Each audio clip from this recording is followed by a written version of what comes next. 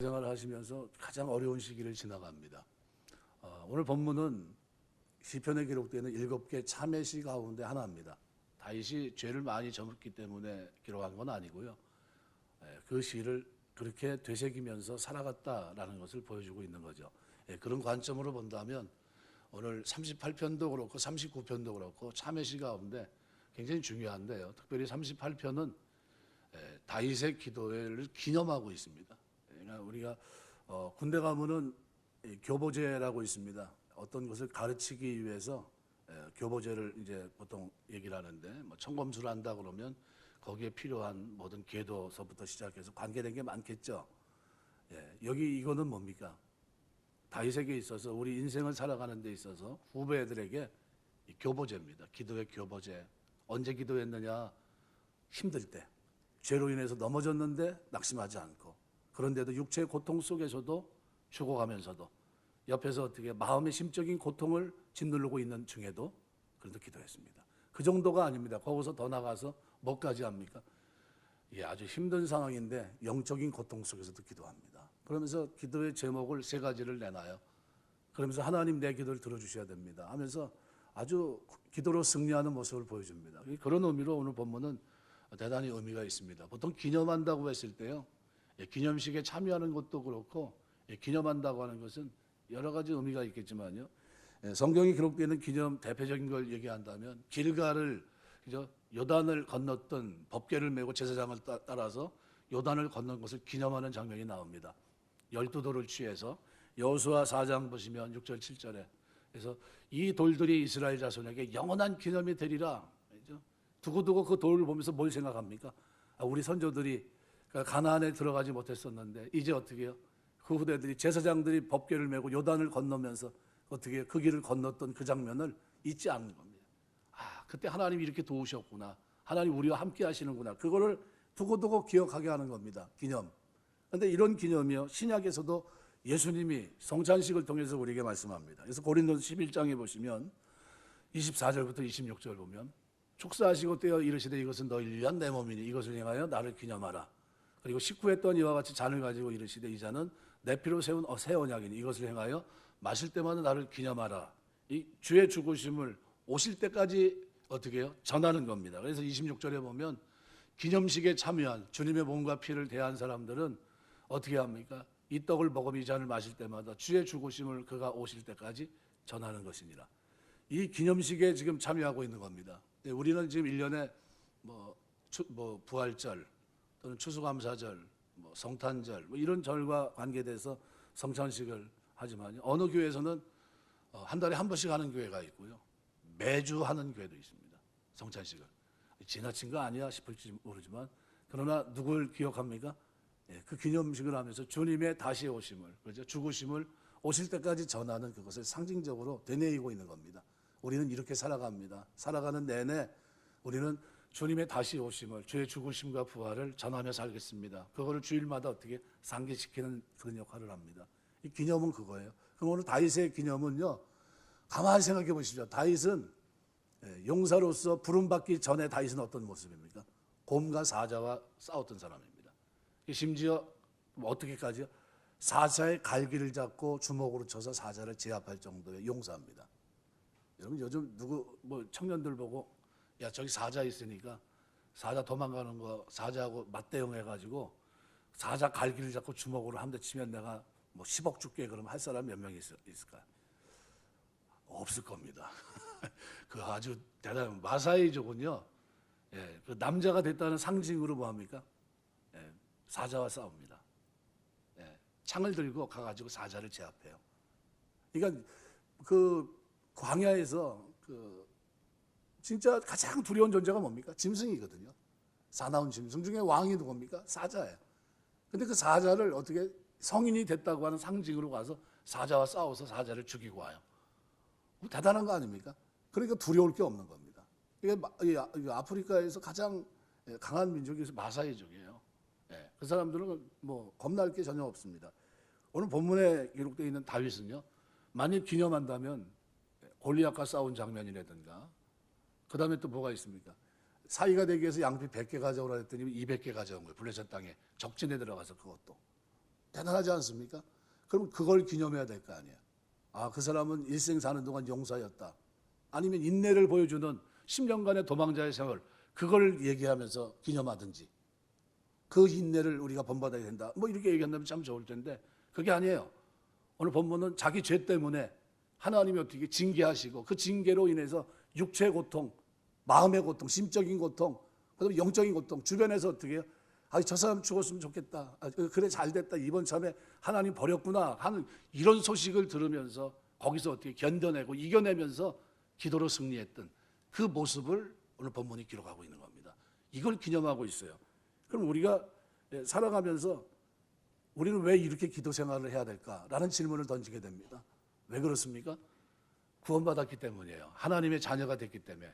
세상이 알지 못하는 근원은 뭡니까? 하나님의 은혜를 끊임없이 공급받는 사람이 됐기 때문입니다. 그 방편이 뭐예요? 기도입니다. 그런 관점으로 본다면 오늘 본문은 패러다임이 변화된 하나님의 사람들, 하나님의 자녀가 된 사람들에게 기도를 다시 한번 생각하게 하는 아주 중요한 본문이라고 생각이 됩니다. 지난 수요일 날 1절에서 10절을 설명을 했습니다. 사실은 본문을 다른 거를 가지고 설교를 하려고 준비하다가 이거 안 되겠다. 이거 한 말 나온 김에 마무리 짓자. 그래가지고 그냥 그 이후로 이게 준비를 했습니다. 그래서 아마 여러분 들으시면서 은혜가 됐으면 좋겠습니다. 패러다임 전환이라는 말이 있어요. 패러다임의 전환. 토마스 쿤이라는 사람이 과학혁명의 구조라는 과학 책에서 처음으로 소개했는데요. 지금은 이게 다양하게 쓰입니다. 어떤 모델, 관념 또는 지각, 시각, 뭐 다양한 의미입니다. 생각이 바뀌었다. 패러다임의 어떤 전환, 삶이 바뀌는 거. 율리우스 카이사르라는 사람이 이렇게 얘기합니다. 인간이라면 누구에게나 모든 게 다 보이는 것이 아니다. 많은 사람은 자기가 보고 싶어하는 것밖에 보지 못한다. 우리는 자신이 보는 것이 객관적이라고 생각하는 경향이 있는데 사실은 그렇지 않다. 우리가 이 세상을 있는 그대로 보는 것이 아니라 세뇌받고 영향받고 조절된 자기의 주관적 입장에서 보는 것이다. 객관적이지 못하다는 거죠. 다 주관적입니다. 그러니까 자기의 패러다임, 자기의 관점을 가지고 보고 말합니다. 관점이 바뀌면 그럼 모든 것이 바뀌어요. 우리는 뭐예요? 관점이 바뀌어야 됩니다. 그리스도 안에서 보는 시각이, 듣는 모든 것들이 바뀌어야 됩니다. 이 바뀐다는 게 굉장히 중요합니다. 마음이 자꾸 바뀌어야 돼요. 성공한 사람들의 7가지 습관 쓴 스티븐 코비가 그 책 40쪽, 41쪽에 보면 패러다임의 전환이 갖는 의미가 얼마나 중요한지를 강조하면서 자기 체험담을 소개합니다. 뉴욕 지하철을 탔는데 아침 시간은 늘 어때요? 눈을 감고 평안을 느끼는 조용하고 평화로운 분위기인데 근데 그것이 깨집니다. 다음 정거장에서 아이들이 들어오고 그리고 아이들이 뛰어놀기 시작해요. 그러니까 눈살을 찌푸립니다. 이게 뭐지? 저 아이들 좀 제재 좀 시키지. 근데 같이 들어왔던 그 아버지는 가만히 있어요. 근데 자꾸 눈살 찌푸리다가 누가 얘기를 합니다. 좀 아이들 좀 어떻게 진정 좀 시키라고. 좀 조용히 했으면 좋겠다고. 비로소 상황을 이렇게 보니까 지금 사람들이 눈초리게 다 자기를 쳐다보고 있어요. 미안합니다 얘기를 하면서 이제 뭔가 좀 조치를 취해야 되겠는데요. 그런데 제가 지금 막 병원에서 나오는 길입니다. 1시간 전에 저 아이들 엄마가 죽었습니다. 소천했다고 하는 거 확인하고 지금 나오는 거예요. 아이들하고. 눈앞이 너무 캄캄해서 지금 뭘 어떻게 해야 될지 앞날에 대한 미래가 없고 너무나 힘들어서 혼동스럽습니다. 지금 아이들이 저렇게 뛰어노는 게 눈에 들어오질 않아서 그렇습니다. 죄송합니다. 그랬더니 오히려 그 안에 있던 사람들이 지금 부모 누가 돌아가셨다고요? 부인이 돌아가셨다고요? 진짜 안 됐습니다. 좀 뭔가 좀 위로할 말이 없습니다. 그러면서 뭐라고 얘기합니까? 남자에 대해서 조금 전까지만 해도 어때요? 아이들을 왜 저렇게 놔두지? 이 짜증스럽고 화가 치밀던 마음은 온데간데 없이 사라지고 도대체 뭐 이런 사람이 다 있나 하면서 멸시와 비판의 마음도 사라져버리고 모든 것이 순식간에 싹 바뀝니다. 나의 삶의 자리에도 이것이 필요하다는 거죠. 패러다임의 변화. 이 변화는 죄 문제가 해결되면서 우리에게 찾아온 겁니다. 전에는 기도하지 않았지만 이제는 기도하면 기쁨을 누릴 수 있는 존재, 하나님의 은혜를 받는 존재로 우리가 전환이 된 거예요. 그런데 이거를 깨닫지 못하고 살면 안 되겠죠. 그래서 우리가 신앙생활 하시면서 패러다임이 전환됐다. 이것이 전환된 것이 우리에게 어떤 영향을 미치는지. 오늘 본문에 다윗은 누굴 만납니까? 하나님의 성령 기름 부음을 통해 하나님의 성령이 그에게 부어지게 되고 하나님의 약속을 받습니다. 그리고 난 후 어려운 세월을 많이 보냈지만 그는 그 일생 속에서 하나의 오점이라고 얘기할 수 있는 간음이란 죄를 짓습니다. 근데 그것이 결국 하나님의 지적을 받고 선지자의 지적을 받으면서 회개합니다. 뭐 김성희 씨 얘기대로는 5년 정도 자성의 시간을 보낸 거로 보통 이해를 하는데 아이가 죽을 때까지 그죠? 그 기쁨 속에서 회개를 합니다. 얼마나 기도지 심장이 썩을 정도로 저녁이면 왕인데 왕이 누려야 될 모든 환락이라든가 어떤 즐거움 이런 것들을 폐기하고 하나님 앞에 저녁마다 침소해서 어떻게 합니까? 울어요. 울며 통곡하며 기도합니다. 이런 모습을 시편이 7편을 기록해 놓은 겁니다. 다윗의 시를. 그때 그 상황을. 근데 어떤 병에 걸렸는지 이 모습을 오늘 본문을 가만히 들여다보시면요. 자기 죄 때문이라는 것을 먼저 밝힙니다. 그래서 1절, 2절에 이렇게 말합니다. 여호와여 주의 노하심으로 나를 책망하지 마시고 주의 분노하심으로 나를 징계하지 마소서. 하나님 택한 백성들 자녀들에게 주시는 게 뭐예요? 징계입니다. 내버려 두면 버린 거예요. 근데 지금 뭐예요? 하나님의 약속, 언약, 사무엘 7장에 기록되어 있는 다윗 언약이 있기 때문에 버릴 수 없어요. 어떤 언약입니까? 헤세드 언약이에요. 긍휼과 자비, 영원한 사랑에 대한 언약이 다윗과 맺은 언약입니다. 그런데 이 상황은 뭐예요? 자기가 죄를 졌어요. 하나님 앞에 책망받아야 되고 징계받아야 됩니다. 근데 그 상황이 주의 화살이 나를 찌르고 주의 손이 나를 심히 누르시나이다. 복수형으로 되어 있습니다. 너무 힘든 상황을 3절부터 얘기하는데 3절에서 7절까지를 가만히 보시면요. 숨이 쌍관법으로 되어 있어요. 앞, 뒤가 똑같아요. 똑같다는 게 뭡니까? 그 안에 내용이 뭐냐면 이거로 되어 있습니다. 주의 진노로 말미암아 내 살이 성한 것이 없사오며 7절 보면 내 허리에 열기가 가득하고 내 살이 성한 것이 없다. 내 살에 성한 것이 없사오며 나의 죄로 말미암아 내 뼈에 평안함이 없나이다. 그 뒤로 말하면 무슨 얘기입니까? 수미상관법으로 얘기하면 7절도 그 뒷부분이 나와야 되는 게 맞아요. 그죠? 그러니까 내가 지금 어떤 상황입니까? 내 살이 성한 것이 없고 내 뼈에 평안함이 없나이다. 7절도 내 살이 성한 것이 없고 내 뼈에 열기가 있다는 거예요. 그래서 그거를 7절에서는 내 허리에 열기가 가득하고 라는 표현으로 표현하고 있습니다. 뼈에 평안함이 없어요. 뭐 때문에요? 자기 죄 때문에. 그런데 그 죄가 하나님의 징계로 인한 죄입니다.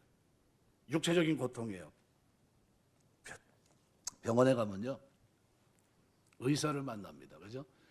옆에 있는 의사하고 이제 안면을 이렇게 익혔어요. 한번 예배드리러 오시는 바람에 누군지 알게 됐고, 그다음에 이제 저도 이제 또 백신 맞을 때 거기 가서 맞았으니까요.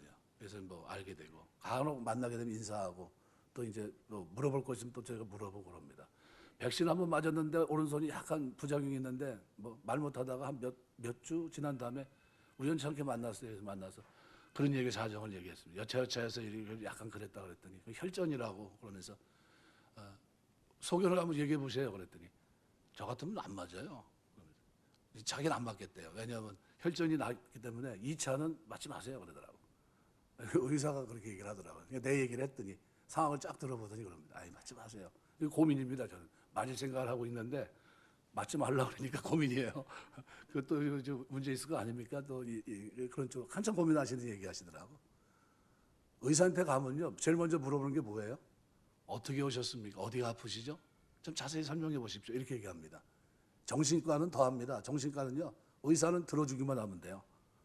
그냥 자기가 자기 얘기 다 합니다. 2시간, 3시간도 좋고. 그래서 병원에서 뭐라고 얘기하면 좋은 의사는 좋은 의사는 뭡니까? 잘 들어주는 의사가 좋은 의사예요.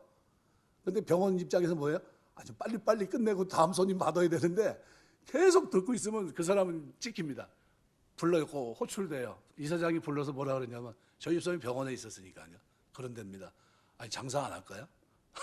무슨 얘기냐면 한 사람 붙잡고 그렇게 오래 있으면 어떻게 할 거냐는 거예요. 예? 좀 적당히 해가지고 빨리 보내고 다음 손님 받아야 될 거 아니냐고. 사람들이 줄을 쭉 늘어서 있는데 2시간, 3시간씩 한 사람 붙잡고 뭐 하는 거냐 이거예요. 그러지 말라는 거지. 예. 근데 우리는 입장이 다릅니다. 우리는 하나님 앞에 나가서 기도할 때 2시간이고 3시간이고 기도하시길 주의 이름으로 축원합니다. 기도해야 돼요. 근데 오늘 본문을 보면요. 자기 상황을 자세하게 얘기합니다. 어떻게 아픈지를. 그러니까 뭐라고요? 숨이 쌍가면 되어 있으면서 내 살이 성한 것이 없고 내 뼈에 평안함이 없나이다. 이거를요. 늘어서 쭉 설명합니다. 어떻게 평안이 없는지, 내 살이 어떻게 성한 것이 없는지를 쭉 설명해요. 어떻게 해요? 4절부터 이렇게 합니다. 내 죄악이 머리에 넘쳐서 무거운 짐 같으니 감당할 수 없나이다. 내 상처가 썩어 악취가 나고 내가 우매한 까닭입니다. 내가 아프고 심히 구부러졌으며 종일토록 슬픔 중에 다닙니다. 내 허리에 열기가 가득하고. 이게 무슨 죄일까요? 이게 무슨 병일까요? 늑막 아니면 결핵 이런 거겠죠. 아주 힘든 상황입니다. 신장염인지 늑막염인지 알 수가 없어요. 근데 분명한 건 뭐예요? 자세하게 설명하고 있더라는 겁니다. 자세하게. 우리가 하나님 앞에 나가서 기도할 때 자세하게 기도하시길 주의 이름으로 축원합니다. 오늘 일부 예배 드리고 우리 고용재 집사님하고 이충영 집사님 지금 병원에서 계속해서 약을 드시면서 그 항암도 하시고 하면서 아주 몸부림치면서 지금 살아가세요. 그래서 그분들이 은혜를 받았다니까 감사하더라고요. 끝나고 난 다음에 제가 꼭 주일날 일부 예배 오시면 끝난 다음에 제가 기도해드려요. 같이 가서 기도하고 현주 또 힘있게 살 수 있게 도와달라고 그러고 좋은 의사 만나서 좋은 약을 처방을 통해서 치료됐으면 하는 그런 바람을 가지고 늘 기도하는데 그분들이 오늘 은혜 받고 가셨다고 그래요. 너무 감사하더라고요. 다른 분들보다 누구보다도 기도해야 되는데 제가 그랬어요. 자세하게 기도하십시오. 어떻게 아픈지. 그래서 육체적인 고통을 자세하게, 그 다음에 마음의 고통을 어떻게 해요? 8절 9절에 보니까요 이렇게 변합니다. 내가 피곤하고 심히 상하며 마음이 불안하고 신음하나이다. 아주 심장이 뛰는 정도가 아닙니다. 그래서 9절에 보면 나의 모든 소원이 주 앞에 있사오며 나의 탄식이 주 앞에 감추지 않아이다. 나의 소원이 주 앞에 있다는 게 뭡니까? 살든지 죽든지 이제 주께서 알아서 하시라는 거예요. 하나님이 살려주면 사는 거고 죽으면 죽는 거다. 그래서 심지어 어떻게 10절은 이렇게 말합니다. 내 심장이 뛰고 내 기력이 쇠하고 내 눈의 빛도 나를 떠났나이다. 어떤 상황입니까? 아주 어려운 상황, 침침하죠. 몸도 기력도 쇠하고 어디 성한 것이 하나도 없어요. 마음은 어때요? 불안하고 신음합니다. 이거 이래다 끝나는 거 아닌가? 죽는 거 아닌가? 아주 너무나 힘들어요. 피곤하고 심히 상했다는 표현을 통해서 이것이 어떤 상태인지를 보여줍니다. 여러분 마가복음 5장에 보시면은 5장 21절 43절에 보면 야이로라고 하는 회당장이 자기 딸이 병들었어요. 예수님을 찾아가 그 발에 엎드려서 절을 하면서 딸의 병을 고쳐달라고 얘기합니다. 아니 회당장이라는 사람이 자기 신분이 있는데, 그죠? 그런데 와서 그 당시 어떻게 예수님 뭐예요? 쫓아가서는 안 될 사람 앞에 엎드린 겁니다. 절을 했다는 건 뭐예요? 목숨 걸었다는 거예요. 나는 이제 내 자식을 위해서는 어떻게 해요? 모든 것도 희생하겠다 이런 겁니다. 절을 하는 거. 그 공식적으로 드러낸 거예요. 그런데 예수님께서 어떻게 해요? 그런 모습을 보면서 그래 가자. 너희 집으로 가자. 그러고 갑니다. 근데 가는 중에 혈루증 여인이 뒤에서 와서 손을 잡고 어떻게 옷가를 만지며 살아납니다. 능력이 나간 것을 알고 내게 능력이 나가는데 누구냐 하면서 만나게 돼요. 그리고 대화를 하고 있는데 집에서 전갈이 옵니다. 주님 오실 필요 없겠습니다. 왜요? 딸이 죽었습니다. 그런데 그 말을 듣고서 낙심하려고 하는데 주님 뭐라고 얘기합니까? 두려워 말고 믿기만 하라. 그리고 찾아가셔서 죽어있던 여자의 손을 잡아 일으키시니 죽은 아이가 살아납니다. 두려워 말고 믿기만 하라. 여러분 우리가 살면서 진짜 두려워 말고 믿기만 하는 그런 신앙 가지고 기도하시길 주의 이름으로 축원합니다. 기도해야 돼요. 요한복음 11장에 기록은 우리가 알고 있는 나사로 사건도 예수님이 사랑하는 사람이었습니다. 병들어 죽게 됐어요. 예수님은 나사로가 병들었다는 전가를 받고도 지체하는 바람에 나사로가 죽었어요. 갔더니 장례식 끝났고 문상받고 있습니다. 냄새가 나는 거예요. 그런데 그 무덤을 열어제치고 그를 살려내요. 마르다와 대화하는 장면을 보면요 너무 멋있습니다. 한번 볼까요? 이렇게 표현합니다. 마르다가 예수께 여짜오되 주께서 여기 계셨더라면 내 오라버니가 죽지 아니하였나이다. 그러나 나는 이제라도 주께서 무엇이든지 하나님께 구하신 것을 하나님이 주실 줄 아나이다. 예수께서 이르시되 내 오라비가 다시 살리니 여기까지는 참 좋습니다. 근데 24절에 마르다가 이르되 마지막 날 부활 때는 다시 살 줄을 내가 아나이다. 믿음이 참 좋아요. 여러분 이 믿음이 우리에게 있게 되시길 주의 이름으로 축원합니다. 마지막에 산다는 이 부활도 못 믿는 사람들이 많아요. 그런데 하나님은 우리 주님은 어떻게 해요? 여기서 한 걸음 더 나가서 그때 당시에도 죽었던 그 나사로를 살립니다. 하나님은 모든 것을 다 끝난 순간이라 할지라도 하나님은 할 수 있다는 것을 우리는 믿어야 됩니다. 일단 기도한 것은 하나님이 책임져요. 병원에 가면요 의사가 자기가 고친 방법에 대해서 얘기를 합니다. 이 병명을 이렇게 쭉 들으면 이게 무슨 병이구나. 이거는 약물로 되는지 수술해야 되는지 그걸 결정해요. 자기에게 능력이 없으면 어떻게 능력 있는 사람을 붙여서 그것을 이룹니다. 하나님은 어떤 분입니까? 우리의 죄를 고쳐주시고 우리의 상한 심령을 고쳐주시고 우리의 육체적인 징계로 인한 모든 것도 악취가 나고 고름이 나고 그죠?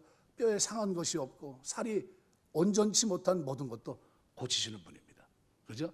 마음의 고통은 그것도 고치십니다. 여러분 그거 뭡니까? 영적인 고통은 어떨까요? 그것도 우리 주님은 고치세요.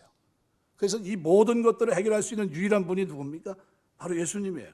그래서 이 어려움은 육체적 질병에서 또는 심적인 고통, 마음의 고난으로 이어졌는데 거기서 끝났습니까? 아니에요. 주변에서 다윗을 바라보는 시각이 이제는 또 달라요. 뭐냐면 다윗을 죽이려고 했던 사람들의 마음속에는 야, 이참에 저가 죽었으면 좋겠다. 더 큰 어려움입니다. 그래서 11절, 12절에 보면은 이렇게 표현합니다. 사람이 어려움을 당하면요. 그 주변에 나타나는 그게 진심이에요. 나를 향한 진심. 내가 사랑하는 자와 내 친구들이 내 상처를 멀리하고 내 친척들도 다 멀리 섰나이다. 이게 뭐예요? 아이 끝났어 이제. 아이 전 다윗 끝났어. 멀리 섰다는 게 뭡니까? 빨리 장례식 준비해. 뭐 이런 얘기입니다.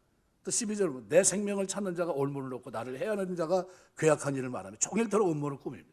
이게 뭡니까? 나를 살리려고 하는 거, 죽이려고 하는 겁니까? 이참에 어떻게 해요? 사람들이 외면하고 있을 때 맞아? 죽였으면 좋겠다는 거예요. 13절에 보면 나는 못 듣는 자 같이 듣지 아니하고 말 못하는 자 같이 입을 열지 아니하오니 무슨 얘기입니까? 벙어리가 된 거예요. 귀머거리가 됐고 벙어리가 됐어요. 나는 듣지 못하는 자 같아서 내 입에서는 반박할 말이 없다. 무슨 얘기입니까? 저들이 그렇게 들뜨고 난리를 치고 그런데도 이게 뭐 때문에 일어난 일입니까? 내 죄 때문이에요. 내 죄 때문에. 그러니까 할 말이 하나도 없어요. 하나님 난 죽어 마땅한 사람입니다. 이런 얘기예요. 영적인 문제. 이 얘기를 좀 더 우리가 좀 관심 있게 보시면요. 이 장면을 이해하려면 우리가 삼손을 이해하시면 좋을 것 같아요. 삼손이 사실은 날 때부터 하나님께 나신으로 구별했고 여기 힘이 있지 않습니까? 뭐 문빗장을 어깨에 메고 뺀다, 뭐 걸어간다는 건 상상할 수 없는 무지막지한 힘입니다. 근데 그 힘으로 뭐를 했습니까? 이스라엘 부흥을 위해서 블레셋과 전쟁을 일으킵니다. 사실은 하나님이 그를 삼손을 사사로 쓰시면서 그 힘을 준 게 뭡니까? 그 백성들을 구원하기 위해서 주신 거예요. 그런데 백성들은 삼손을 외면합니다. 잡아다 오히려 그들에게 갖다 줘요. 그러니까 이스라엘 백성들은 삼손을 묶어서 블레셋 사람들에게 넘겨주고 너희와 우리 사이에 화평을 얘기하고 있습니다. 이건 하나님을 떠나 있는 거죠. 근데 삼손은 혼자 외로이 전쟁하는데 근데 나신으로서 거룩해야 될 백성이 거룩하지 못하고 여인을 쫓아다닙니다. 또 속고 또 속아요.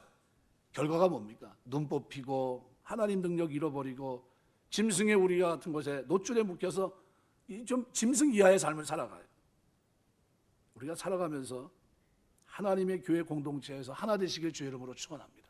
그 중에 내가 있어야 되는 거예요. 교회 왜 조직이 필요합니까? 하나 되라고 한 가지 일을 힘있게 하기 위해서입니다. 저희 교회는 무조건 선교예요. 선교와 구제. 여러분 머릿속에 마음속에 늘 그거 심고 사시길 주의 이름으로 축원합니다. 어떻게 하면 이 일을 잘할까? 그거 연구하셔야 돼요. 이게 하나님이 가장 기뻐하는 일입니다. 우리 교회 그거 작년에도 금년에도 지금 임중희 선교사, 태국 선교사 지금 다졌다고 지금 이제 헌단식 11월 달에 해야 되는데 뭐 연락이 왔는데 내년에나 들어갈 것 같아요. 그래서 내가 저 관계된 저삼교회 강진호 목사한테 전화해가지고 목사님 다졌다는데 들어가야 될 것 같은데 목사님 어떻게 뭐 그랬더니 아니 그게 아니라 여행사 가이드를 통해서 그 정해진 자리만 왔다 갔다 하는 그거는 되는데 지금은 주거지를 벗어나지 못해. 그거 힘들어. 그 얘기는. 지금 안 돼. 내년에 간대요. 그래서 그럼 내년에 가야 되겠네. 내년에 갈 때 얘기하시라고. 우리 이제 만들어서 또 들어갈 때 한번 제가 이제 꼭 가보려고 합니다. 어딘지. 가까우니까. 아프리카 너무 멀어서. 너무 멀어요. 또 황열병 주사도 맞아야 되고 거치는 게 많습니다. 그래서 거기는 뭐 좀 더 있다가 가더라도 이 가까운 데는 이제 언제 한번 가야 되지 않겠나. 교회 공동체 중심으로 날마다 초대교회가 잘했던 게 뭡니까? 떡을 떼고 교제하고 기도하고 그 말씀 묵상하면서 뭐 성찬식 하면서 뭐 했을까요? 주의 죽으심을 기념한 겁니다. 다시 오심을 기억하면서 그 십자가의 죽으심과 부활을 증거했던 겁니다. 여러분 우리가 살아가면서 이 삼손이 이 마지막 장면에서 절망적이지 않습니까? 그런데 그때 기도했던 게 이런 기도입니다. 한 번만 나에게 힘을 주시면 그리고 원수를 갚게 해달라라는 기도를 드립니다. 시인의 상황은 입이 10개라도 할 말이 없는 상황입니다. 원수들 앞에서 할 말이 없어요. 자기의 잘못으로 이 지경에 빠져 있고 원수들은 자기를 조롱하고 멸시합니다. 그런데 다 수용하고 다 받아들이겠는데 근데 중요한 건 뭡니까? 하나님도 이렇게 생각하겠냐는 거예요. 하나님도 나를 버리고 나를 외면하고 나를 이렇게 멸망하는 것으로 끝나겠냐는 거예요. 다윗은 그렇게 생각하지 않았어요. 그래서 저들과 상대하지 않고 내 영혼의 치료도 대신 누구요? 하나님 앞에 1대1로 씁니다. 육체의 문제, 마음의 문제, 심적인 문제, 영적인 문제를 가지고 자세히 기도하면서 하나님 앞에 엎드려요. 뭐라고 기도합니까? 하나님 왜 나를 도와주셔야 되는지, 왜 내 기도에 응답하셔야 되는지, 내가 이 상황에서 속히 벗어나야 되는지 이거를 기도하고 있어요. 이게 다윗의 기도에서 우리가 그를 어떻게 해요? 기억해야 될 장면입니다. 예, 우리가 살아가면서 이것 기억하면서 우리 신앙생활 하시길 주의 이름으로 축원합니다. 오늘 15절 16절에 보면 이렇게 표현해요. 여호와여 내가 주를 바랬사오니 내 주 하나님이 내게 응답하시리이다. 내가 말하기를 두렵건대 그들이 나 때문에 기뻐하며 내가 실족할 때 나를 향해 스스로 교만할까 하였나이다. 무슨 얘기입니까? 내가 하나님 의지하는지 다 압니다. 내 믿음 생활하는지 다 압니다. 내가 기도하는지 모든 사람이 다 압니다. 내가 하나님 의지하는 줄 모든 사람이 다 아는데 내가 이런 상태에서 비참하게 끝나버린다면 하나님을 믿지 않는 저들이 다 좋아하고 교만할까 두렵습니다. 하나님의 영광을 위해서 나를 어떻게 해요? 고쳐달라는 거예요. 나를 용서해달라는 겁니다. 나를 치료해달라는 거예요. 하나님의 영광에 덕이 안 되고 뭐요? 하나님의 영광을 가리기 때문에. 두 번째는 17절 18절에 보시면 내가 넘어지게 되었고 나의 근심이 항상 내 앞에 있사오니 내 죄악을 아뢰고 내 죄를 슬퍼함입니다. 우리 신앙생활하면서요 죄를 미워하게 되시길 주의 이름으로 축원합니다. 하나님 경외하는 거의 반대가 뭡니까? 죄를 미워하는 거예요. 증오한다는 거예요. 샤네라는 히브리 말은요 증오한다는 거예요. 증오한다. 지난날에는 죄 가운데 살았지만 예수 믿고 패러다임이 바뀐 사람들은 의 가운데 있습니다. 이제 우리의 몸에서 뭘 벗겨내요? 자 계속 어둠의 일들을 자꾸 벗어내야 돼. 육체의 일들을 자꾸 집어 던져야 돼. 그리고 우리는 하나님 백성으로 자꾸 새로워져. 속사람이 새로워지고 거기에 따라서 우리의 삶이, 우리의 인격이, 우리의 생활이 달라져야 돼. 이것이 그리스도인입니다. 하나님의 백성들. 회개하는 자의 기도를 하나님 반드시 들어줄 줄 믿기 때문에 자기 기도를 들어달라는 거예요. 지금 자기가 뭐 하고 있어요? 회개한다는 거예요. 철저히. 어떻게 해요? 그래서 18절에 기록되어 있는 내 죄악, 내 죄 동의어입니다. 같은 의미를 가지고 있는 거예요. 내 죄악을 아뢰고 내 죄를 슬퍼한다. 어떻게 한다는 거예요? 기뻐하지 않는다는 거예요. 하나님 결코 내가 원하지 않았고요. 앞으로 어떻게 살겠다는 겁니까? 저를 미워하며 살겠습니다. 죄를 증오하며 살겠습니다. 그러니까 내 죄를 어떻게 용서해 주고 나를 건져 달라 이런 얘기입니다. 또 세 번째는 19절 20절에 보니까 내 원수가 활발하며 강하고 부당하게 나를 미워하는 자가 많으며 또 악으로 선을 대신한 자들이 내가 선을 따르는 것 때문에 나를 대적하나이다. 악으로 선을 대신하는 자들 이게 무슨 얘기입니까? 다윗은 그들에게 선대했는데 그들은 다윗에게 악을 행한 겁니다. 우리가 살아가면서 악인이 누굽니까? 나에게 선을 베푼 사람에게 악한 행동하는 게 악인이에요. 여러분에게 선대한 사람에게 선대하시길 주의 이름으로 축원합니다. 그건 기본적인 모습이에요. 그죠? 나에게 착한 일을 하는 사람. 그런데 하나님의 자비는 뭐예요? 악을 행한 자에게도 선을 행합니다. 그럼 우리가 나아가야 될 방향은 어딥니까? 하나님이 하신 모습이에요. 악한 자들에게도 선을 베푸는 것. 이게 하나님의 자비예요. 우리가 그런 모습이 되시길 주의 이름으로 축원합니다. 지금 이 위기를 넘기지 못하면 어떻게 됩니까? 하나님의 백성이 일어날 수 없는 절박한 때예요. 원수들이 어떻게 활발하고 강하고 부당하게 나를 미워하는 자가 많고 어떻게 해요? 득세합니다. 죄악이 관영했어요. 이제는 선하게 사는 사람들이 문제예요. 그래서 뭐라고 얘기합니까? 선을 따르는 것 때문에 나를 대적해요. 우리가 이 세상에서 미워하는 이유가 뭡니까? 하나님 경외하기 때문에 미워하는 거예요. 그러니까 그런 미움은 받아야 됩니까? 안 받아요? 받아야 되는 거예요. 이 위기를 넘기지 못하면 하나님 백성들이 다 무너져요. 경건하게 사는 사람이 다 무너집니다. 하나님 의로운 백성들이 다 무너져요. 하나님 왜 내 기도를 들어주셔야 됩니까? 이 악한 세상에서 내가 하나님의 의를 드러내기 위해서예요. 하나님 일어나셔서 악한 자를 칠 때가 언제인가 하면 바로 지금입니다. 저들이 너무나 어떻게 활발하고 그 세력이 너무나 큽니다. 가만두면 어떻게 손을 쓸 수 없는 그런 상황이 되고 맙니다. 그러면서 어떻게 나를 용서해 달라는 거예요. 그래서 21절 22절은 이렇게 표현합니다.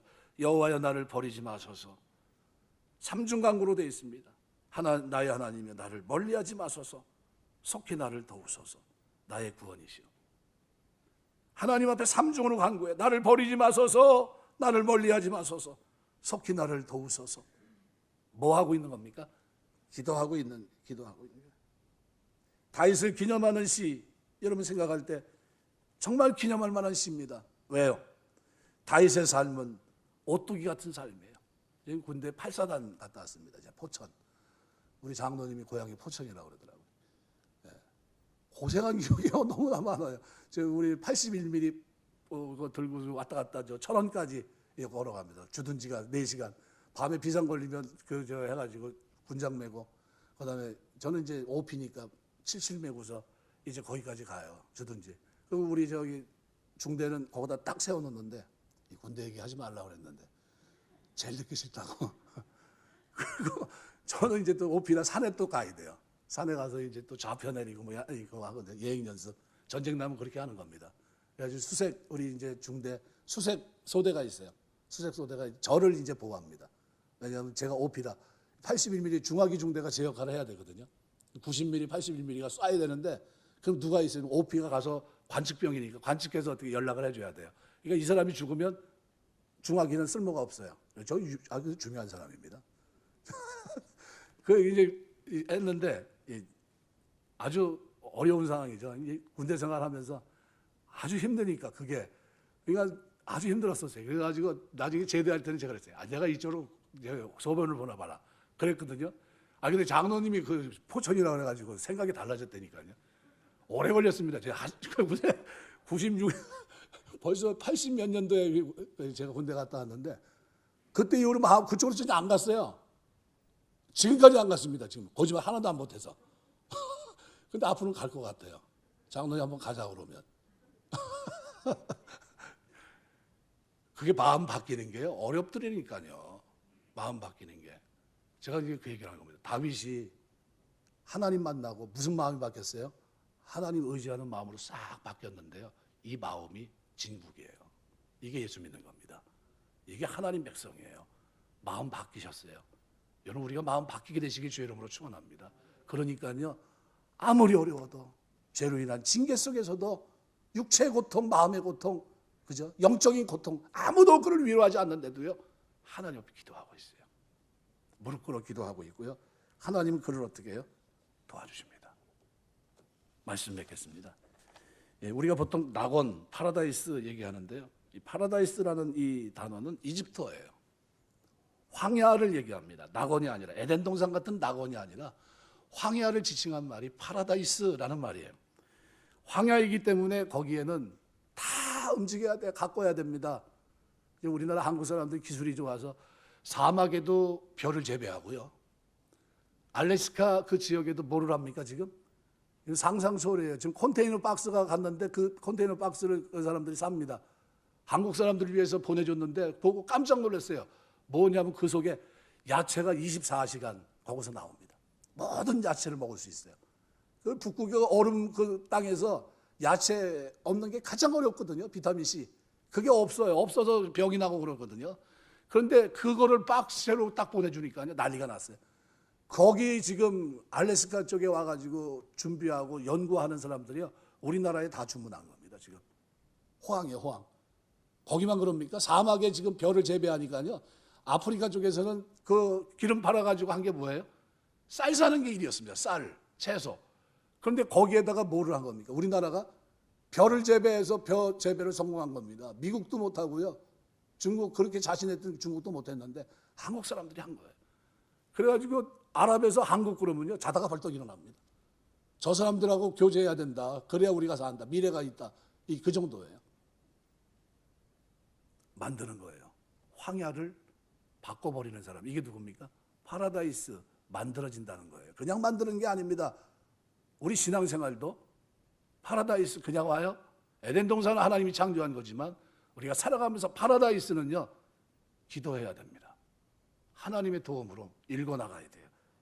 나무도 심고 꽃도 심고 개울도 만들고 집도 지을 수 있고 에덴 동산처럼 처음부터 완성된 동산이 아니에요. 낙원이 아닙니다. 거칠고 황량하기 때문에 오히려 상상력 속에서 꽃과 나무들이 피어날 수 있는 오아시스를 만들어야 돼요. 뭐로요? 기도로. 우리 인생은 파라다이스입니다.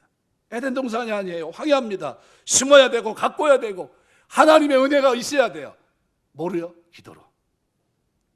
다윗은 일평생 기도의 사람이었어요. 죄로 인해 징계 속에 있음에도 낙심하지 않고요. 자기 황량한 그 인생 같은 도대체 소망이 없어 보이는 그 자리에서도 하나님의 은혜로 승리합니다. 이게 신앙생활이에요. 이게 믿음 생활이고 이것이 우리 기도 생활이 되어야 됩니다. 우리가 살아가면서 오늘 본문은 내 인생의 기도의 교보제라고 생각하세요. 내가 어떻게 살아야 될까? 나는 파라다이스를 만드는 거다. 황량한 인생 같은 내 인생에 하나님의 은혜 없이는 아무것도 안 된다는 사실을 내가 알기 때문에 나무도 심고 꽃도 심고 재배할 것도 많고 해야 될 것도 많은데 하나님이 은혜 주셔야 나는 성공한다. 하나님이 은혜 주셔야 나는 일어난다는 마음 가지고 기도하셔야 돼요.